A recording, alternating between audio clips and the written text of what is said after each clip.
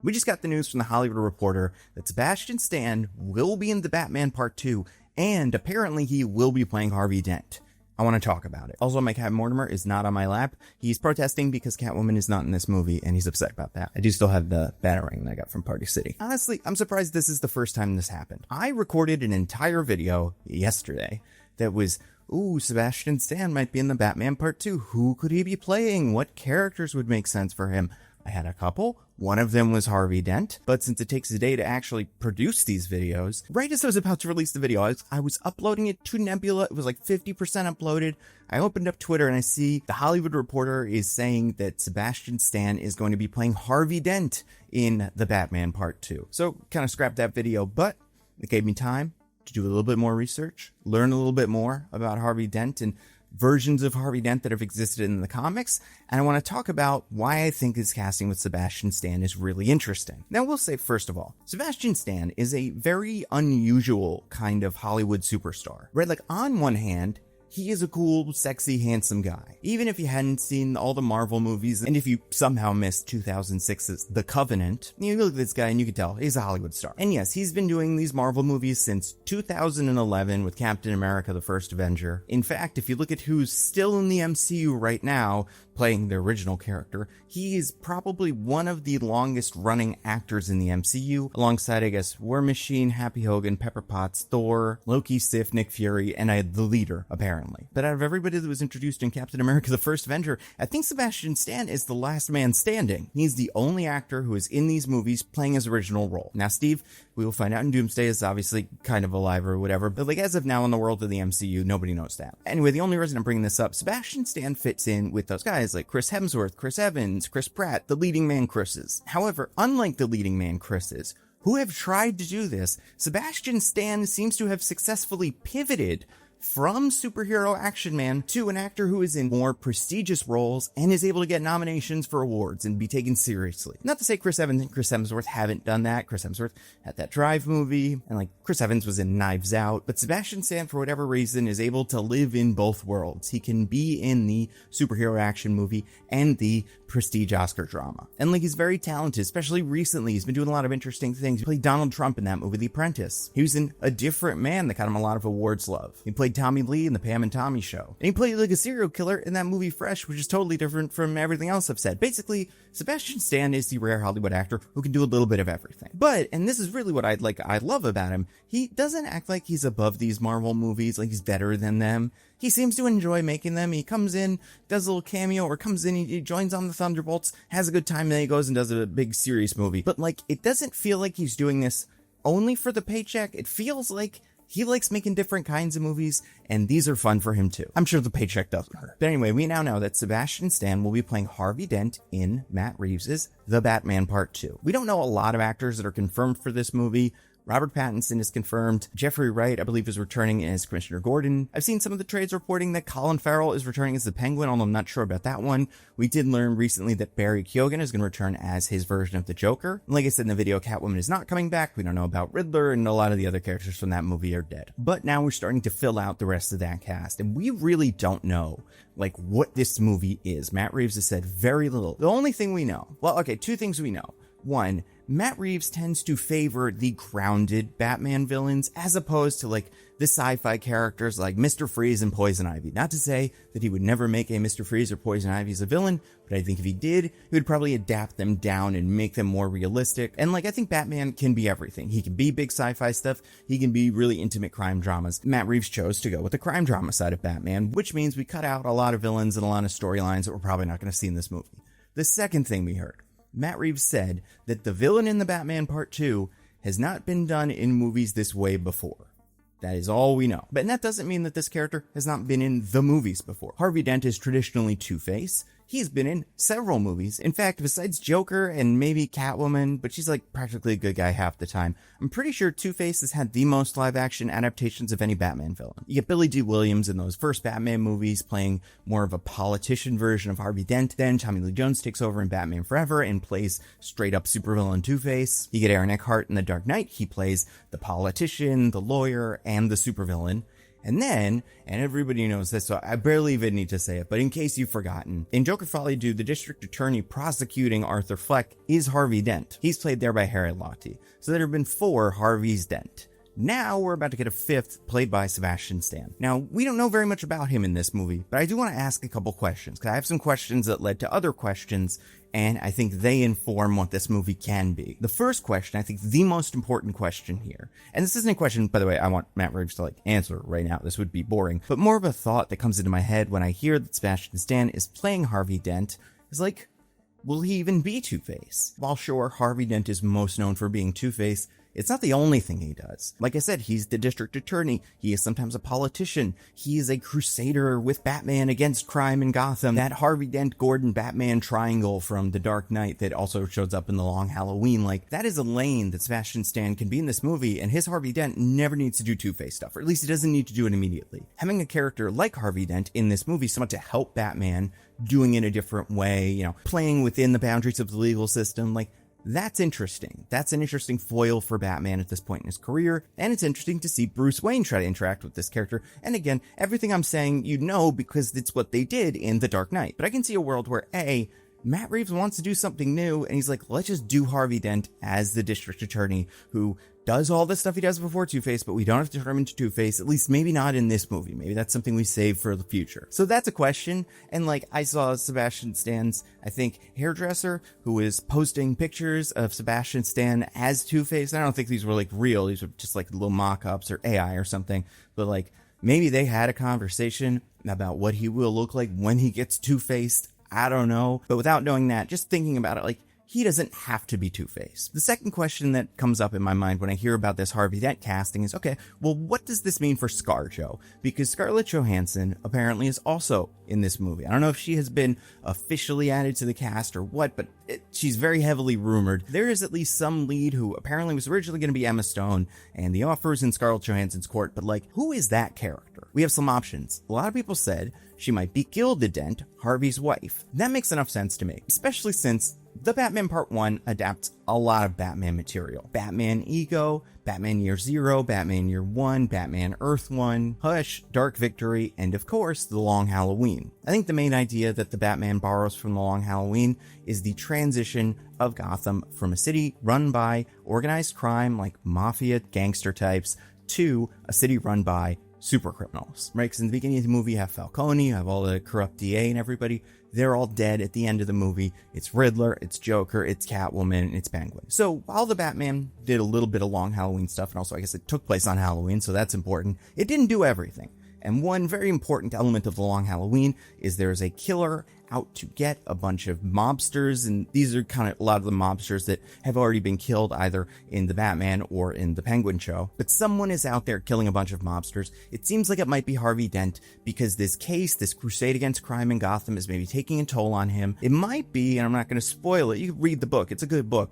It might be Gilda, Harvey's wife, who is seeing the toll this is taking on Harvey and wants to protect him by maybe killing all these mobsters. I'm not saying that's exactly what happens in the book, but that is an idea. So you could have a movie here that introduces a Harvey Dent who is doing normal Harvey Dent stuff, and at the same time, somebody starts getting killed. The thing is, it probably can't be mobsters, right? Because like I said, a lot of them are already dead. I'm sure you could bring in some other mobsters from Batman comics, but Falcone and Maroni, those are the big two. But you'd have these mobsters, or maybe you'd have other low-level supervillains, people that Batman has to fight, the Clock King or something, who is just a guy who blows up clocks in this universe, or a Calendar Man. And Gilda decides that she needs to take actions into her own hands, kill some of these supervillains, because if she doesn't, Harvey's gonna go crazy trying to prosecute all of them. You could do that with mobsters too, but like I said, the paradigm shift of getting rid of the mob, I think it's more interesting if that's not the problem anymore. If there's a new problem. And it could also be Court of Owls. I don't really like Court of Owls. But you could get the low-grounded Batman villains like Mr. Zsasz, the ventriloquist. Maybe they're causing lots of problems and she's killing... I don't know. This is just an idea. But it's the question of, is ScarJo playing Gilda Dent? Because we don't know. And there's other women in Batman comics that Scarlett Johansson very well could be playing. Two that I really like are Andrea Beaumont and Silver St. Cloud. And there is some crossover between those characters and Gilda. But now that we know there's a Harvey Dent, is a question of like, is Scarlett Johansson playing his wife? And she doesn't have to be playing a character defined by Harvey Dent, but it seems like, and I said this when we were talking about casting Scarlett Johansson, if you wanted to do something like maybe make her a twist villain, you would need to pair her with a big actor who she is able to not completely draw focus from, some other star. Sebastian Stan is exactly that kind of actor. Someone who in the movie we could see and go like, I still think it's maybe Scarlett Johansson, but maybe he's doing it too. We don't know. Like, that doesn't work if the Harvey Dent in the Batman Part 2 is played by an actor who is not like a humongous presence, who is able to share the screen with Scarlett Johansson as a peer. But so then I got thinking, looking at some of the different books that the Batman Part 1 was inspired by, and talking to people, I have heard people a little bit talking about Batman and Earth 1. And like I said, this was one of the inspirations for the Batman Part 1, especially Alfred being a tough British former military guy. Like, that's something that's very Batman Earth 1. Also, the idea of Martha Wayne being an Arkham, I believe that was invented by Batman Earth 1. And like, there are other commonalities between Earth 1 and the Batman Part 1. But I'd never read Batman Earth 1 Part 2 and 3. And so I decided to, and it turns out there's a character in there that it really seems like would be perfect for Scarlett Johansson. And she is written in that book in a way that like completely fits in with everything I kind of want from this version of this character. And she's not Harvey's wife, she's his sister.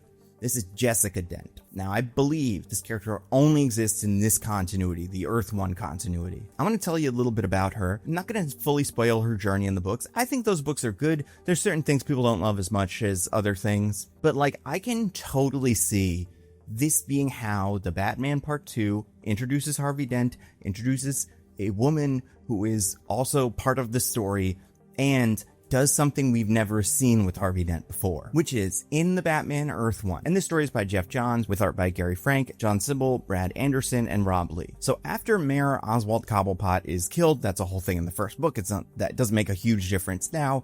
The new mayor of Gotham is a person named Jessica Dent, and she is District Attorney Harvey Dent's sister. The new thing that they add to the mythology of these characters is they were friends with Bruce Wayne back in the day. Like, they knew Bruce Wayne as kids.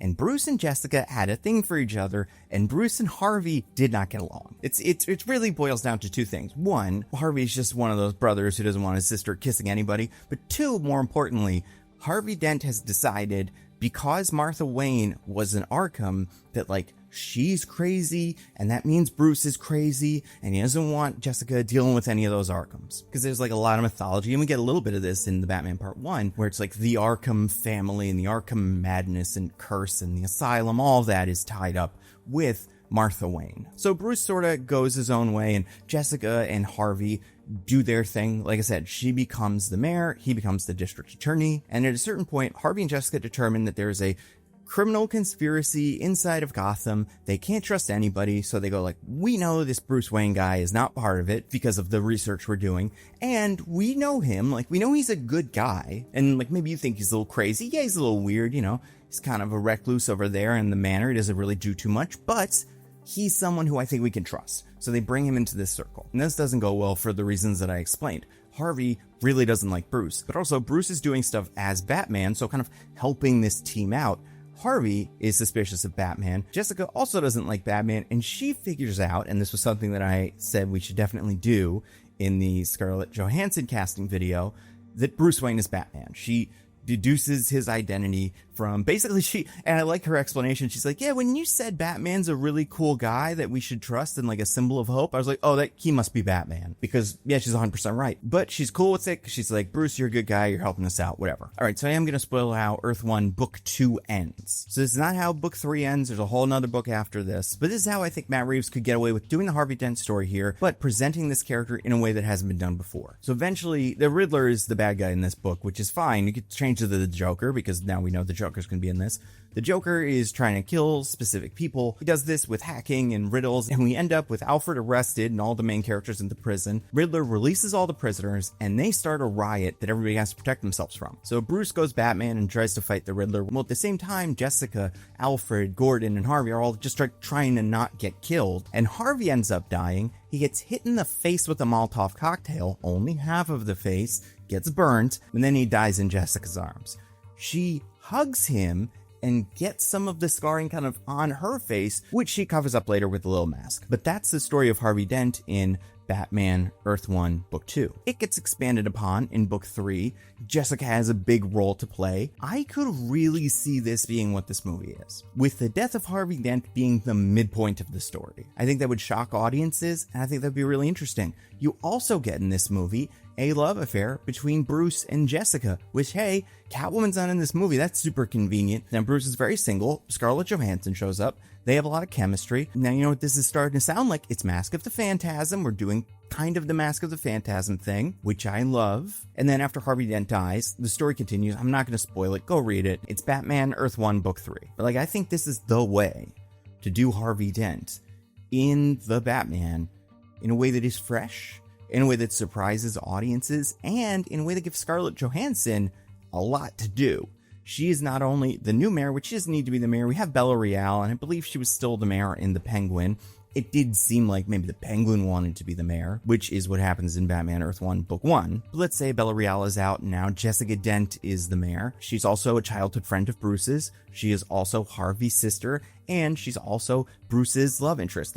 This is the kind of role that I think Scarlett Johansson would sign on for. Also, I haven't mentioned this, even though it's very clear if you've been watching the video. Jessica Dent looks a lot like Scarlett Johansson. I'm talking short hair, marriage story, Scarlett Johansson. That's Jessica Dent. Now, I'm not saying they need to look exactly the same, but I am saying it doesn't hurt that they do. And I think part of the fun of this could be Matt Reeves taking that part of the Jessica and Harvey Dent story and blending it with some other really interesting Joker story, maybe making up a new one. But Matt Reeves and his co-writer Peter Craig are really good at picking and choosing the parts of different Batman stories that work together, molding them into one cohesive and new story. So I really would not be surprised if this is the Harvey and Jessica Dent we get, which is interesting because this version of Harvey Dent is a jerk. He doesn't like Bruce Wayne. He's still a good guy, but he just is kind of mean to Bruce in a way that I don't think many other versions of Harvey Dent are. Sebastian Stan can be a jerk. Tommy and Pam and Tommy is a jerk. His character in A Different Man is a jerk. His character in Hot Tub Time Machine is a jerk. Bucky sometimes is a jerk. And most importantly, he played the king of jerks, Donald Trump, in The Apprentice. So I can see a lane here. And for the first time, I can see what movie this could be.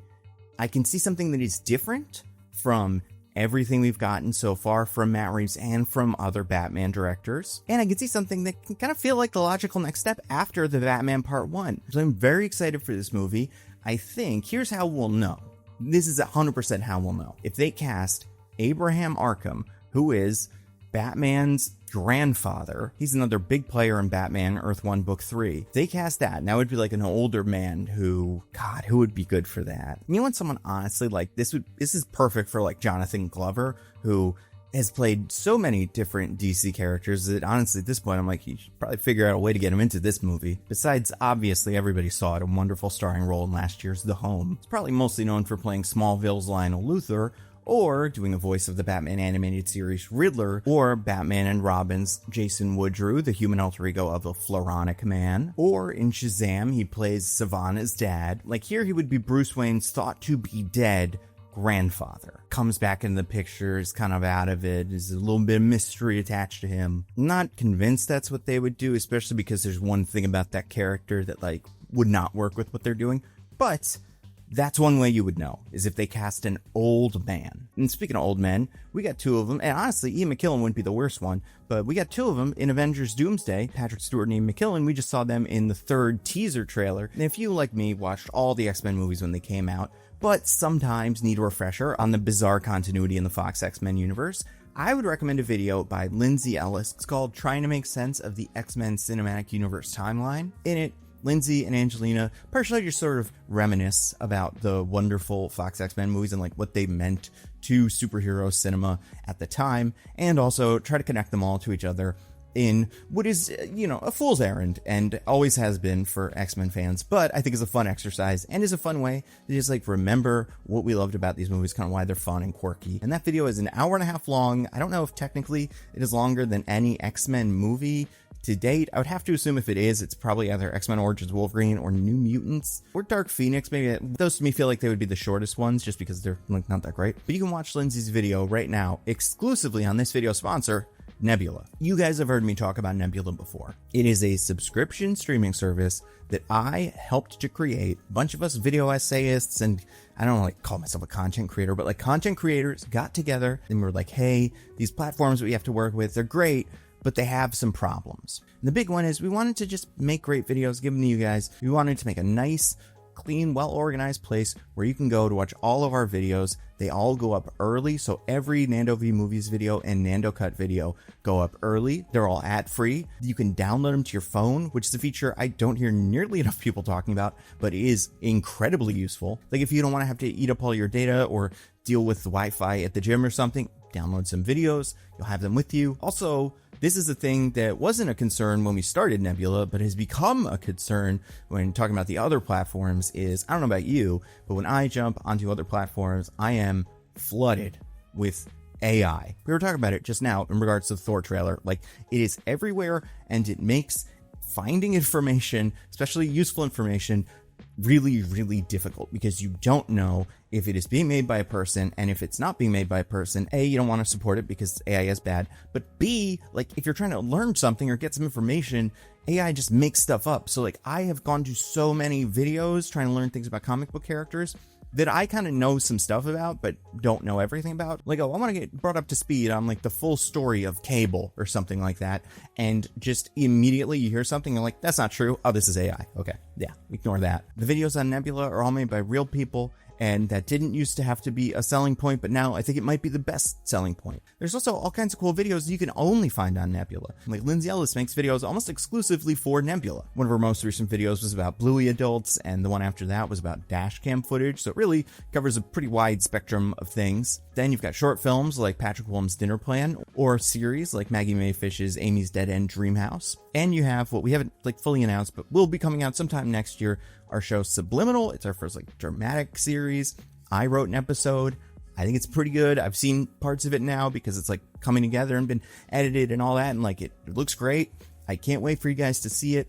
If you want to support us, give us more opportunities to do cool stuff like that, and you want to see our videos early, ad-free, download them and see other creators on Nebula, because all of your favorite creators and your next few favorite creators are on Nebula right now. Like there's something for everybody. And a yearly subscription to Nebula is $60 for a whole year. That is $5 a month. But if you go to go.nebula.tv/thenandocut, or the link in the description, or you use the QR code, you can get a year of Nebula for just $30. That is $2.50 a month. It is an incredible deal. And if you want to check Nebula out on your own, sign up for a 3-day trial. I guarantee you will find something you like. Again, that is go.nebula.tv/thenandocut.